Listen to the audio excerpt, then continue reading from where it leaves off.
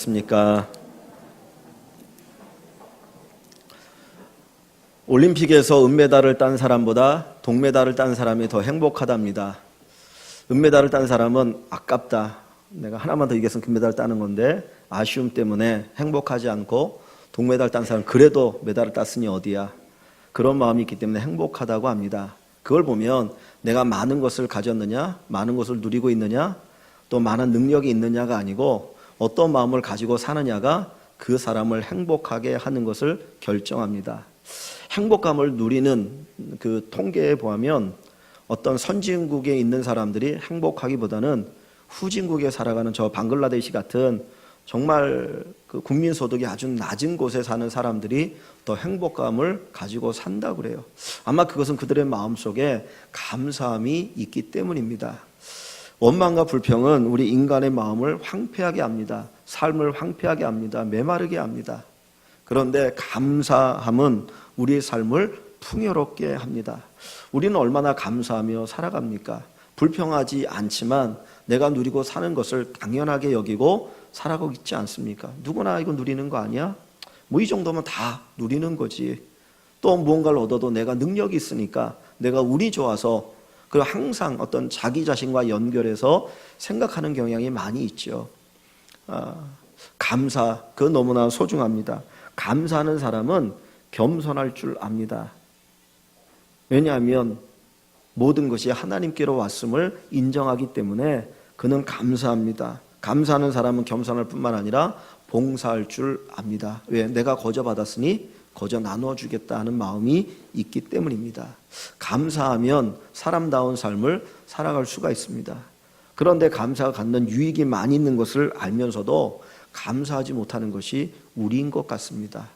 감사의 조건이 없어서가 아니라 감사의 마음이 없기 때문에 우리는 감사하지 못하고 원망하고 불평하며 살아갈 때가 많이 있습니다. 여러분들은 얼마나 감사하며 살아가십니까? 만약에 감사의 지수를 1부터 10까지 정해놓고 이야기한다면 여러분은 어느 정도의 감사를 가지고 살아갑니까?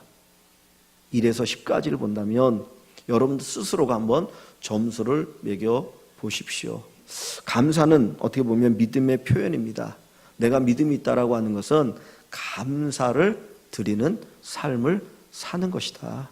그래서 우리 일광의 식구들이 하나님 앞에 감사가 표현되어지고 감사가 충만하기를 주의 이름으로 간절히 축원합니다.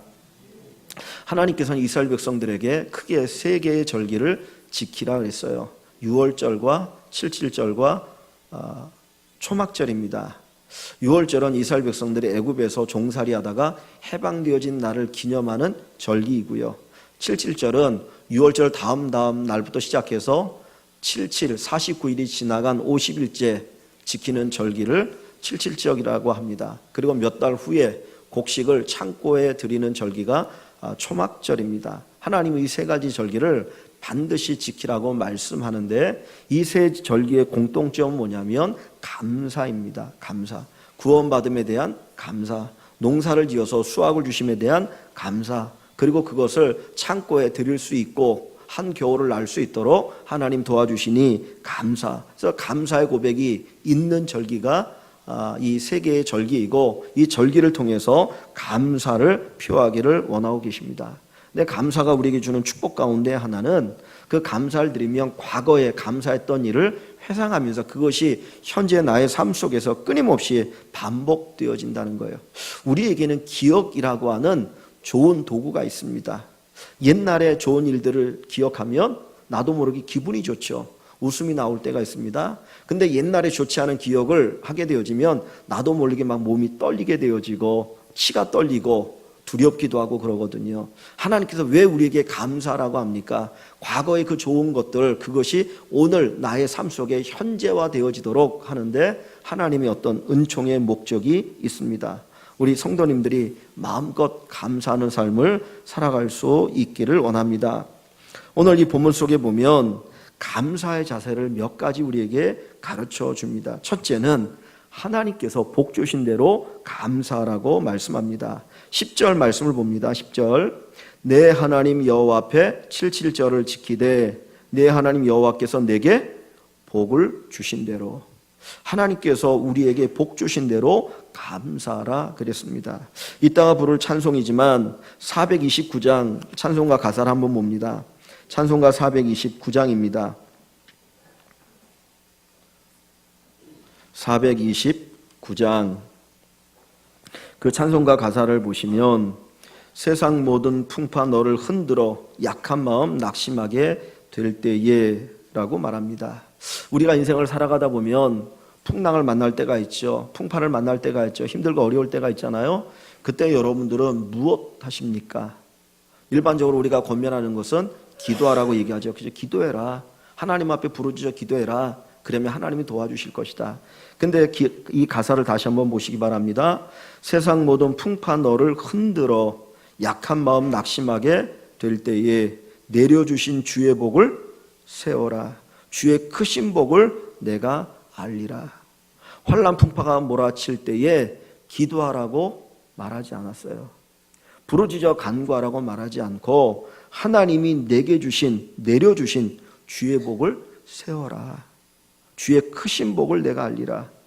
세상 근심 걱정 너를 누르고 십자가를 등에 지고 나갈 때 주가 내게 주신 복을 세워라.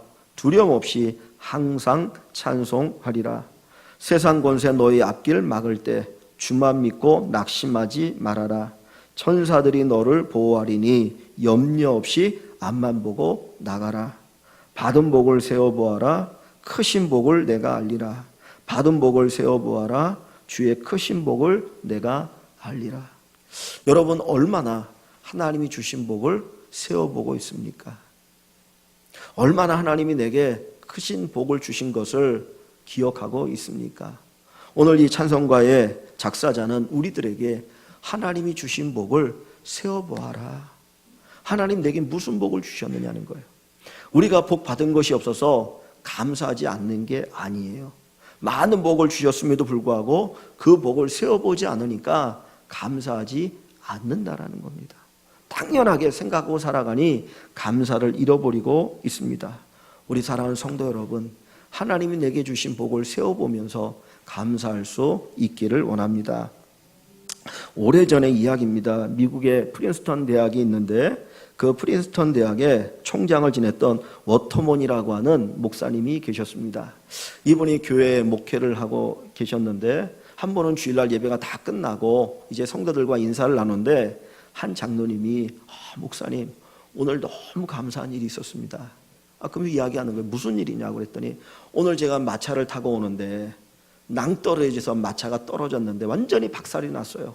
그런데 저는 다치지 않고 이렇게 멀쩡하게 건강하게 예배를 드릴 수 있어서 너무나 감사합니다. 그러면서 그 사고 이야기를 하면서 다치지 않은 것에 대해서 감사하는 거예요. 그때 목사님이 그 이야기를 듣고 하는 말이 만약에 장로님이 그것 때문에 감사하다면 저는 갑절의 감사를 하나님께 드려야 됩니다. 왜 그렇죠? 했더니 제가 그 길을 1년에 몇백 번을 오고 하는데 한 번도 사고가 나지 않았으니 얼마나 감사합니까? 우리는 어떤 사고가 났을 때에 그 사고 중에 하나님께 다치지 않게 하면 감사해요. 다 망하는데 나 혼자 망하지 않으면 감사해요. 다 병드는데 나 혼자 건강하면 감사해요. 다 떨어지는데 나 혼자 붙으면 감사하지 않아요. 왜? 비교하니까. 그런데 진정한 감사는 삶 속에서 그냥 감사하는 거예요. 오늘 내가 이렇게 살아있고 이렇게 예배를 드리고 하나님을 찬양하고 주의 말씀을 듣고 하나님 기뻐하는 것, 이 한 가지만으로 이런 삶을 산다는 것만으로 감사할 수 있어야 합니다. 이게 복 아닙니까? 여러분 병 들었다가 낫는 것을 원하십니까? 병 안 들기를 원하십니까? 어느 게 좋은 거예요?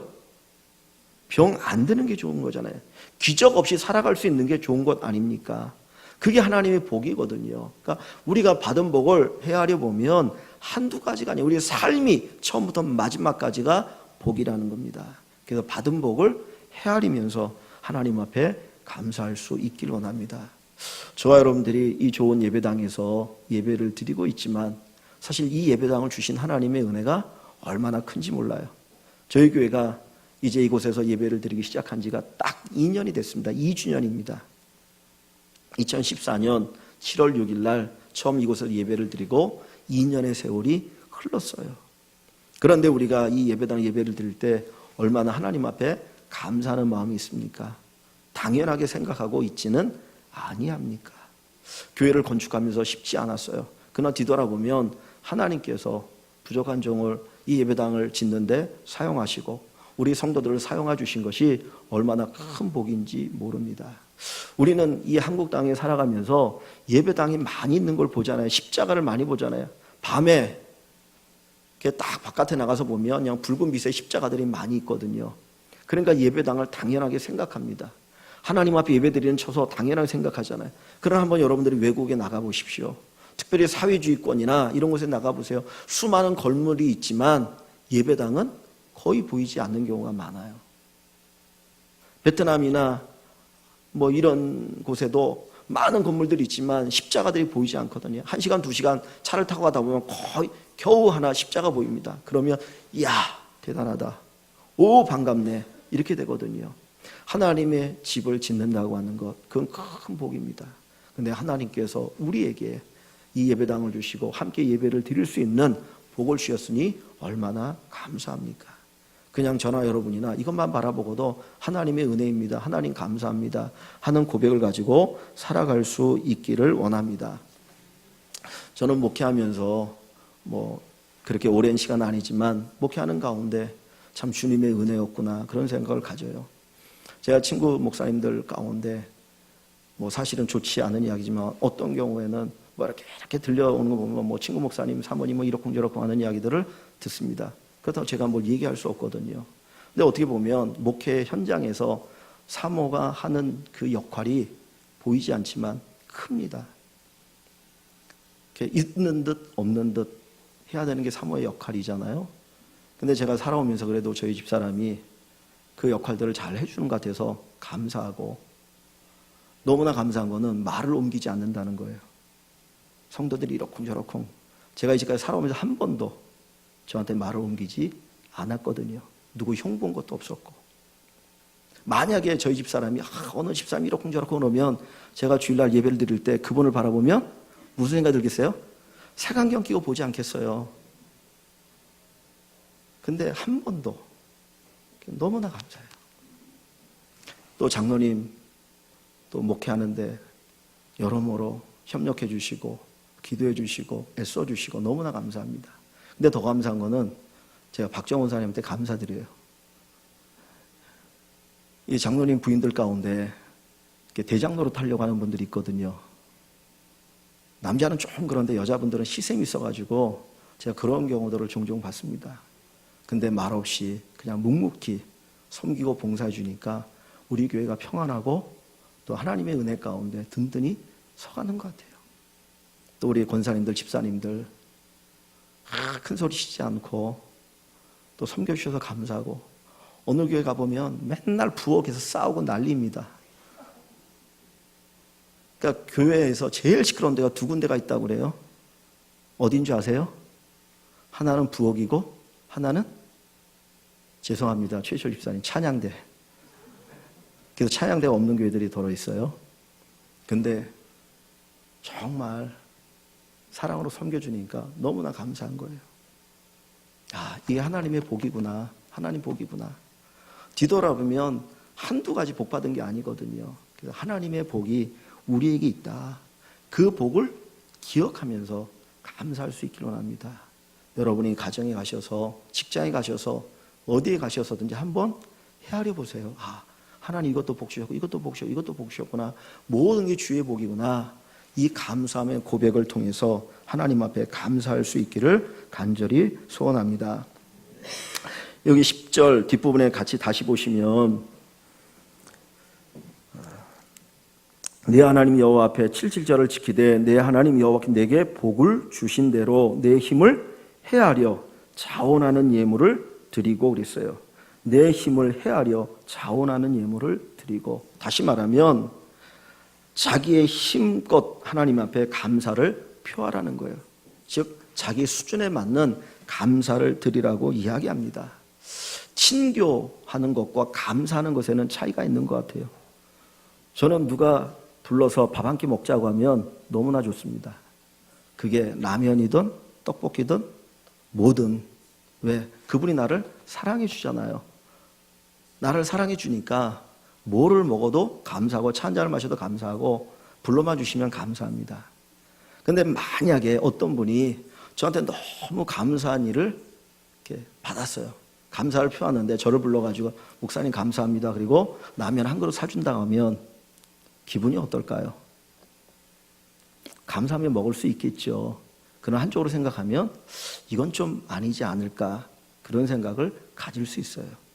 감사라고 하는 것은 정말 내 마음을 상대방에게 표현하는 거잖아요. 그렇다면 내 수준에 맞는 그런 감사를 하나님 앞에 드리거나 상대방에게 표현할 수 있어야 합니다.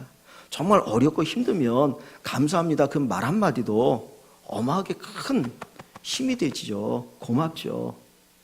그런데 내가 많은 것을 누리면서도 그냥 감사를 표하는데 정말 치꼬리만하게 표한다면 그걸 누가 기뻐할 수 있겠습니까? 우리가 하나님 앞에 감사를 표할 때도 마찬가지입니다. 하나님 오늘 뭐라고 말씀합니까? 내 힘을 헤아려 자원하는 마음으로 감사를 표현하라고 말씀합니다. 그래서 고린도후서 9장 7절에 보면 인색함으로나 억지로 하지 말라는 거예요. 감사할 때 그냥 억지로 감사하지 말고 정말 풍성한 마음을 가지고 하나님 앞에 감사하기를 원합니다. 어떤 글을 보니까 이런 재밌는 글이 있더라고요. 그냥 한번 여러분 듣고 그냥 잊어버리십시오.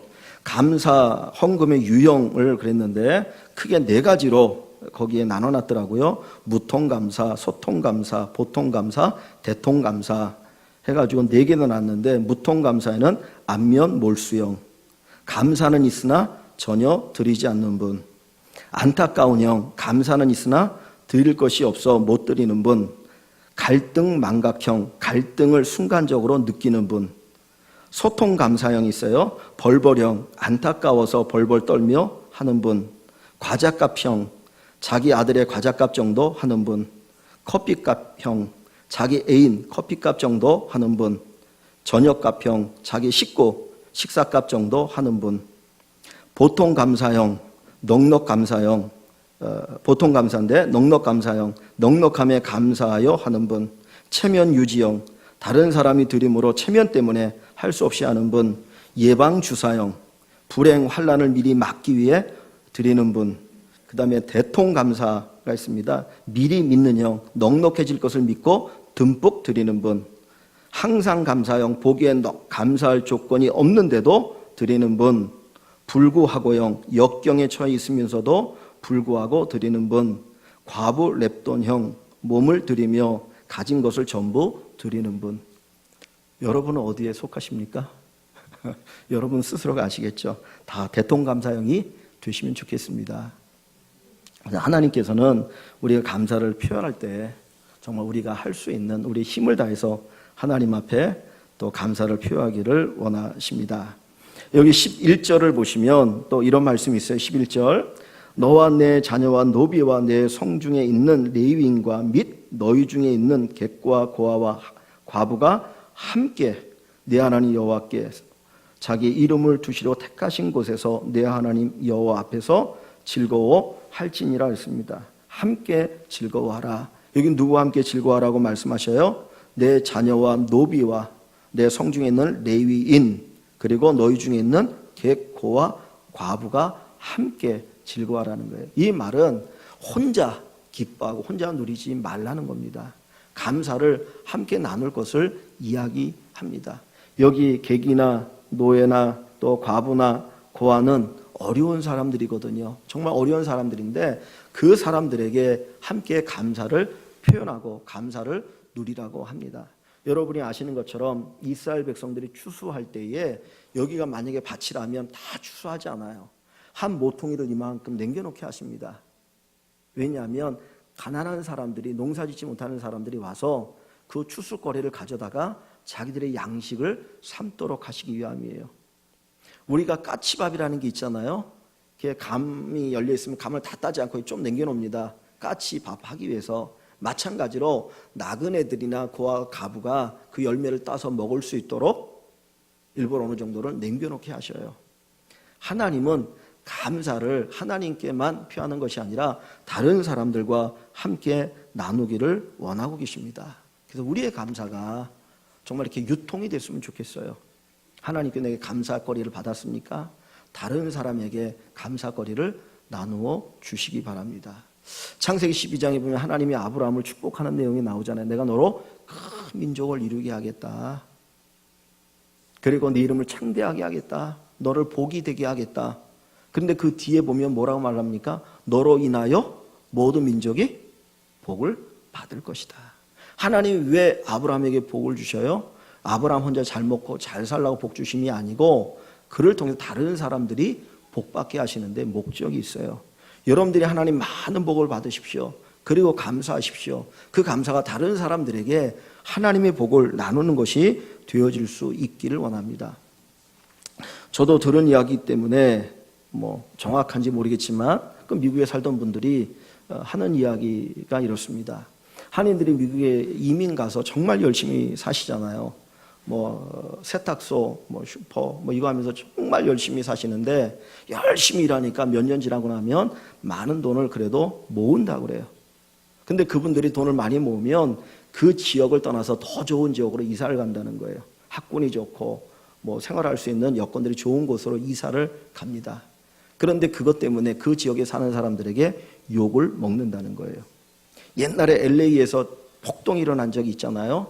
한인 상가들을 때려 부시고 그런 일들이 있었는데 왜 흑인들에 의해서 그런 일들이 벌어집니까? 그 중에 하나가 바로 이런 이유 때문이거든요. 자기네들이 그 동네 사는 사람들이 돈 벌게 줬는데 동네를 위해서 돈을 안 쓴다는 거예요. 그 돈 벌고 나면 떠나버린다는 거예요. 얌체라는 거죠.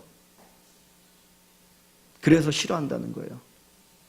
오늘 우리가 하나님께 복을 받아야 됩니다. 또 복을 받았습니다. 우리가 하나님께만 감사할 뿐만 아니라 복을 함께 나눌 수 있는 저희들이 되어지면 좋겠습니다. 여러분들 가운데 좋은 일이 있고 즐거운 일이 있고 감사한 일이 있을 때 성도님들 가운데 떡을 해가지고 함께 식사할 때 나눔이 얼마나 귀한지 몰라요. 그것이 고맙습니다. 여러분들이 기도해 주셔서 제가 이런 좋은 일들을 만났습니다. 감사의 표현이잖아요. 또 함께 먹고 마시면서 또 그분들을 더욱더 축복할 수 있으니까 얼마나 좋습니까? 우리의 감사를 마음껏 나누며 살아갈 수 있기를 원합니다. 15절을 한번 봅니다. 오늘 읽은 본문 말씀 밖에 15절을 보시면 내 하나님 여호와께 택하신 곳에서 너는 이레 동안 내 하나님 여호와 앞에서 절기를 지키고, 이건 초막절을 얘기합니다. 지금 우리가 77절에 관한 말씀을 함께 나눴는데 이 뒷부분은 초막절에 관한 이야기거든요. 근데 초막절에 관한 이야기를 할 때 내 하나님 여호와께서 내 모든 소출과 내 손으로 행한 모든 일에 복 주실 것이니 너는 온전히 즐거워할지니라 했습니다. 근데 이 말씀을 옛 성경에는 이전에 개역 한글에는 복 주실 것을 인하여 즐거워하라 그랬어요. 복 주실 것을 인하여 즐거워하라. 이미 복을 받았기 때문에 즐거워 감사하는 게 아니라 앞으로 복 주실 것을 인하여 감사라는 거예요. 하나님 우리에게 복 주셨어요. 그것을 감사하게 되어지면 하나님은 그 감사를 보시고 또 우리에게 복 주신다라는 거예요. 감사는 하나님의 복을 불러옵니다. 자석은 쇠들이 달라붙잖아요. 마찬가지로 감사하면 감사거리들이 달라붙게 됩니다. 불평하면 감사거리 떠나가요. 그러나 감사하게 되어지면 하나님의 복이 달라붙는 은혜 역사가 있습니다. 심적으로도 또 물질적으로도 우리의 삶의 현장 속에서 하나님의 축복이 넘치는 귀한 은혜가 있게 될 줄 믿습니다. 그래서 성경은 말합니다. 많이 심는 자가 많이 거둔다. 감사를 많이 심어 보십시오. 하나님께서 많은 감사거리를 여러분들에게 주실 줄 믿습니다. 마게도니아 지역에 있는 교회, 갈라디아 교회가 마게도니아 지역에 있는 교회였는데 이 교회는 핍박이 많았어요. 환난이 많았어요. 그러다 보니까 경제적으로도 어려운 교회입니다. 그런데 그 교회는 구원받았다라고 하는 것에 대한 감격이 있었어요. 어떤 누리는 것은 없었지만 내가 구원받았다는 그 사실 때문에 감격이 있어가지고 예루살렘에 큰 흉년이 들었을 때 예루살렘에 있는 성도들을 위해서 자기들도 먹고 사는 것이 어려운데도 불구하고 거기에다가 연보를 보냅니다. 오직 한 가지, 감사 때문에. 내가 넉넉해서가 아니라 받은 은혜가 감사해서 함께 나누는 삶을 살게 된다라는 거죠. 오늘 저와 여러분들 살아가는 삶이 하나님의 은혜 아닙니까? 우리가 이 땅에 태어날 때 뭐 가져온 게 있습니까? 아무것도 없잖아요. 빈손 들고 왔잖아요. 그런데 하나님의 은혜로 살았습니다. 그냥 모든 것이 하나님의 은혜입니다. 과거를 돌아보면 하나님의 은혜입니다. 그래서 오늘 본문 12절에도 보면 너는 애굽에서 종되었던 것을 기억하고 이 규례를 지켜 행할지니라 했습니다. 너희들이 감사의 절기를 지키는데 과거에 애굽에서 종되었던 것들을 기억하고 지켜라. 이스라엘 백성들이 애굽에서 어떻게 살았습니까? 그들은 자식을 낳고 싶어도 마음대로 낳을 수가 없었어요. 아들을 낳으면 다 강에다가 던져버려야 됐어요. 그들이 하루 종일 이른 아침부터 밤 늦게까지 수고하지만 그들에게는 수고의 대가가 없었습니다. 그런데 하나님이 그들을 구원하셨잖아요. 그리고 가나안 땅에 두셨잖아요. 그리고 그들에게 이른 비와 늦은 비를 주시고 추수하게 하시고 필요한 것들을 공급해 주시거든요. 때로는 흉년이 들 때도 있겠죠. 때로는 내가 생각했던 것만큼 열매가 없을 때도 있겠죠. 그때에도 감사라는 거예요. 뭘 생각하면서? 과거에 애굽에서 종살이했던 것을 생각하면서. 제가 지난주에 오전에 그 말씀을 드렸습니까? 오후에 말씀을 드렸습니까? 오전에 말씀을 드렸나요? 그 전주인가요? 그랬잖아요. 그 부흥회 때 오셨던 목사님이, 후배 목사님이 찾아가서 식사를 하는데 식사 기도를 하면서 이런 기도를 드렸다고요. 하나님 5천년 역사 가운데 지금처럼 이렇게 풍요로운 때가 언제였습니까? 우리가 뭐간데 이렇게 큰 은혜를 주셔서 이 풍요를 누리며 살게 하십니까? 하나님께 얼마나 많은 은혜를 받았는지 모릅니다. 근데 우리는 얼마나 하나님 앞에 감사의 마음을 가지고 살아가고 있습니까? 어느 한 젊은 여자가 남편을 잃고 어린 새 아이를 데리고 호떡 장사를 하면서 살았습니다. 그런데 어느 날 점잖은 신사 한 분이 와서 호떡이 얼마입니까? 물었어요. 1,000원입니다. 그랬더니 1,000원짜리 딱 내놓고 그냥 가는 거예요. 호떡도 안 가지고. 그 다음 날도 이 점잖은 신사가 와서 1,000원짜리를 내놓고 그냥 가고, 그 다음 날도 계속해서 거의 1년 가까이 그냥 1,000원을 놓고 가고 1,000원을 놓고 갑니다. 1년이 쯤 되었을 때 이제 찾아온 신사에게 이 호떡 장수 아줌마가 뭔가 한마디를 하고 싶은 거예요. 이렇게 꾸물꾸물대다가 겨우 입을 열었습니다. 그리고 한마디 합니다. 뭐라고 했을까요? 호떡값이 올랐는데요. 여러분, 이게 우리의 모습 아닙니까? 감사합니다 그래야 되는데 호떡값이 올랐는데요. 하나님 더 주세요. 정말 모든 일에 감사할 수 있는 우리 성도님 되시기를 주의 이름으로 간절히 축원합니다.